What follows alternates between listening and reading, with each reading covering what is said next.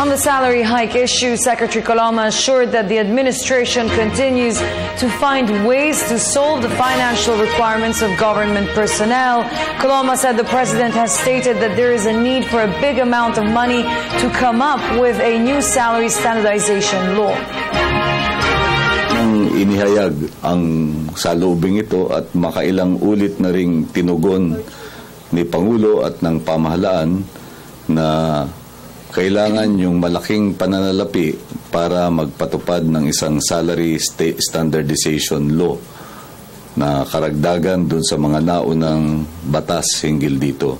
Ganun pa man, patuloy pa ring humahanap ng kaparaanan ang pamahalaan upang matugunan yung kahilingan at saloobing ito.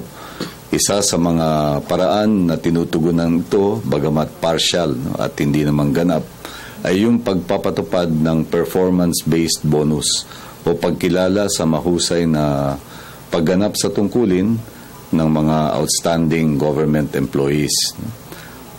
Ang atin lang pong masasabi sa ngayon ay patuloy pa tayong humahanap ng paraan para matugunan yung panawagan na yan nang naaayon din naman sa kapasidad ng ating pamahalaan.